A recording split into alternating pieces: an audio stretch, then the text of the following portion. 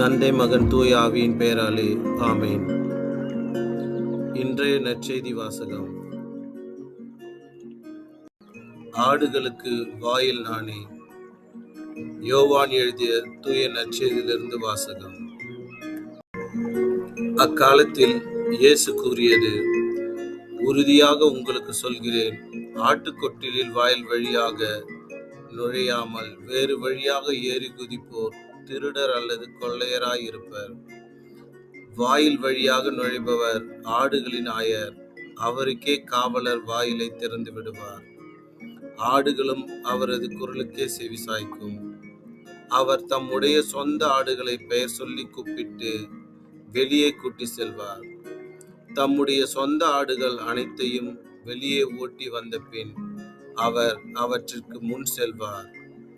ஆடுகளும் அவரை பின்தொடரும், ஏனெனில் அவரது குரல் அவற்றுக்கு தெரியும். அறியாத ஒருவரை அவை பின்தொடரா. அவரை விட்டு அவை ஓடி போகும், ஏனெனில் அவரது குரல் அவற்றுக்கு தெரியாது. இயேசு அவர்களிடம் உவமையாக இவ்வாறு சொன்னார். ஆனால் அவர் சொன்னதை அவர்கள் புரிந்து கொள்ளவில்லை. மீண்டும் இயேசு கூறியது, உறுதியாக உங்களுக்கு சொல்கிறேன், ஆடுகளுக்கு வாயில் நானே.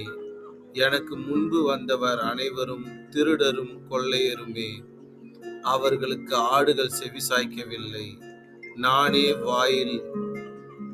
என் வழியாக நுழைவோருக்கு ஆபத்து இல்லை. அவர்கள் உள்ளே போவர், வெளியே வருவர், மேய்ச்சல் நிலத்தை கண்டுகொள்வர். திருடுவதற்கும் கொல்வதற்கும் அழிப்பதற்கும் அன்றி திருடர் வேறெதற்கும் வருவதில்லை. ஆனால் நான் ஆடுகள் வாழ்வை பெறும் பொருட்டு, அதுவும் நிறைவாக பெறும் பொருட்டு வந்துள்ளேன். இது ஆண்டவரின் அருள்வாக்கு. கிறிஸ்துவே உமக்கு புகழ். Praise the Lord.